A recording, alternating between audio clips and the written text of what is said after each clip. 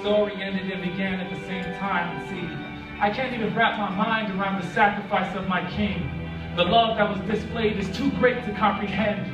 Grace so amazing that my understanding it transcends a man so worthy to be holy royalty, but he's still willing to call me a friend.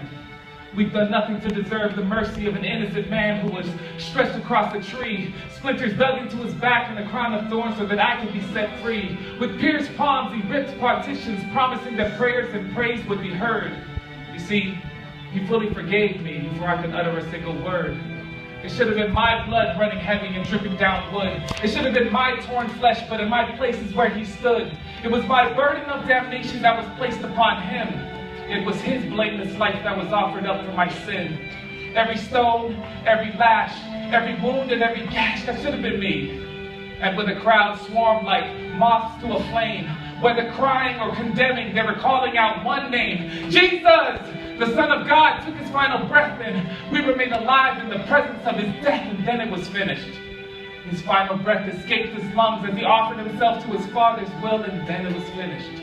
Knees fell heavy as faces buried into dirt and voices wailing with a shrill, and then it was finished. Spears carved into the side of a man who already bled for humankind, and then it was finished.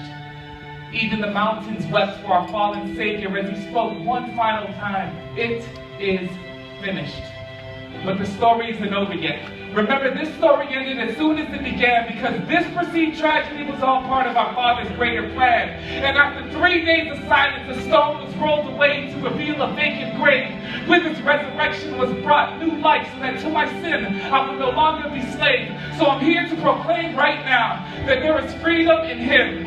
If you ever felt abandoned or alone, there is freedom in him. If you're searching for love that you were never shown, there is freedom in him. If your innocence has been stolen away, there is freedom in him. If you don't know how you're going to get through another day, there is freedom in him. If you've been hurt or cheated or crushed or defeated, there is freedom in him. There is freedom within the empty nest. There's freedom in the pain. Trailing our very breath.